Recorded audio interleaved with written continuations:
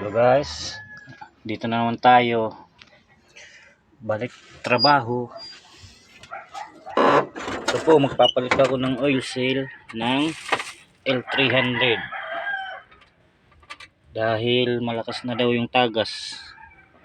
Yan o, basa na. Tsaka yung timing belt nya maluwag, dapat hindi to.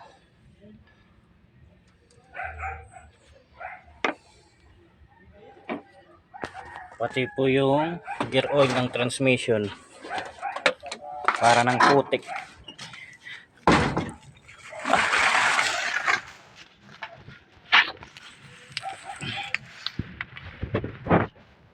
Yan o.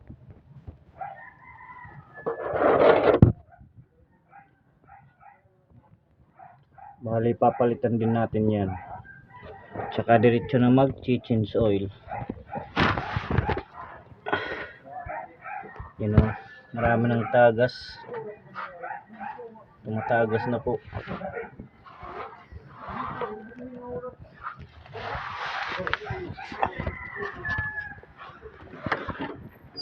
At pakiabangan po sa susunod natin na video.